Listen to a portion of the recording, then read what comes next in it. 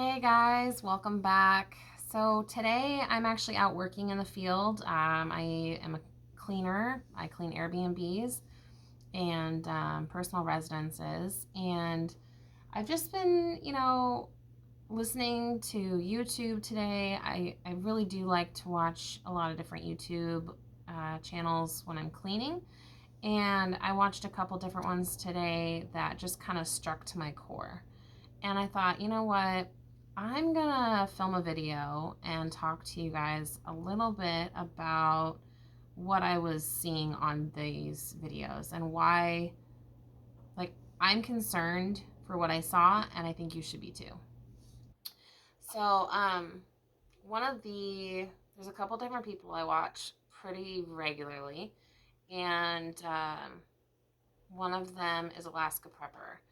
And he found, so a couple days ago, well, I guess, let's see, we're probably down to 20 days now, or 21 days. But anyway, a few days back, he found an article about how the US government has been using our oil reserves. And we're down to, at that point, when I saw the video, it was 25 days until the diesel, like, there's no diesel. Like, we're using our reserves. Like, everything runs on diesel for farming, for food, for delivering. Like, our semis run off diesel. And so for us to be down to 20, well, at that point, we're probably down to 21 or 20 days now. So we're down to the wire. And, I don't know if you're feeling impacts of the economy, but I know I am. Um, I work in a tourist-based industry, and we definitely know that tourism is down, and at least in our area. And people, I think people are feeling the pinch, and that can be a little nerve-wracking if that's all you've ever done. Like, and it's not that I've always been in the tourist industry, but in my town where we are, we're very tourist-based. And so for us not to have the tourism and to not be able to clean as many properties as we normally do, on top of we've had an employee shortage, the thought of not being able to make money on a steady basis and also be able to go to the store to get the things that we need because we don't have the money, or on top of that, if this fuel shortage creates a supply shortage that we already have, that makes it worse, right? Then what are we going to do? So our family, and I've talked to you guys a little about this, but not nearly in depth as I probably should. And I will be more and more showing you guys, I think, more of what we do.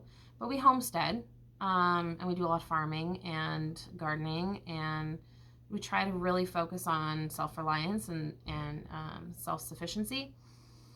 Um, and so I just want to encourage you guys to prepare. I hope you're preparing. Go to the store, grab a can of food, an extra can of food when you're shopping today.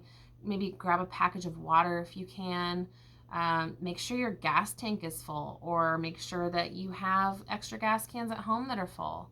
Um, there's a lot of different things that you can do, and it doesn't have to be a lot of money.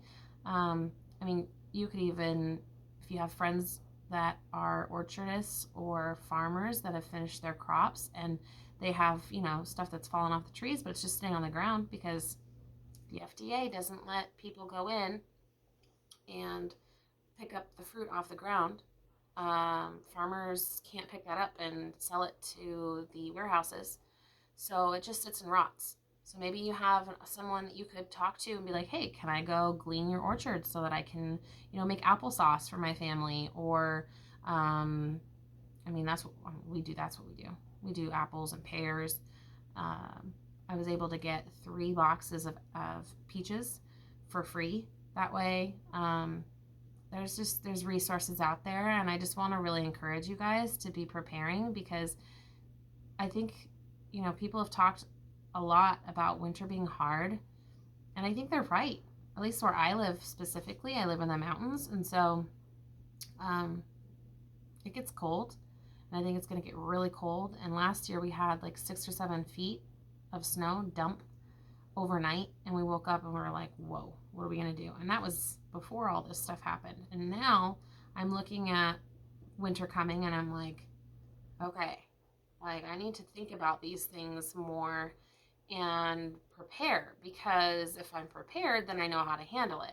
I can make sure my house is heated and I have enough wood for winter to keep us warm. I can make sure that I have enough food stocked in my pantry in case the power goes out, or we can't get supplies to our town, because when that happened last year, everything was shut down. Nobody could get to work. The stores were closed. Trucks couldn't get to us because the passes were closed. I mean, and then we're talking like a week and a half, 2 weeks of delays for supplies.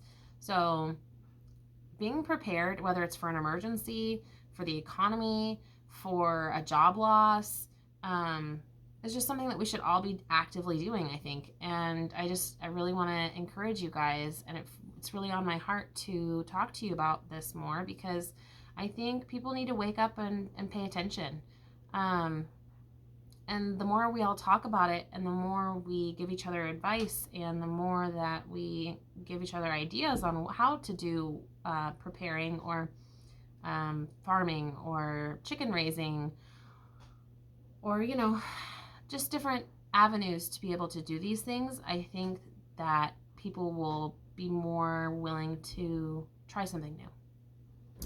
So I hope that this little blurb that I'm putting out there today, if anything, makes you think about the fact that things are getting really hard and they're going to get worse. And I'm not trying to, and this is all my opinion, mind you. I need to say that out in YouTube land. This is my opinion. And from what I see. And so I just really hope and pray that you guys are out there doing the same for your families.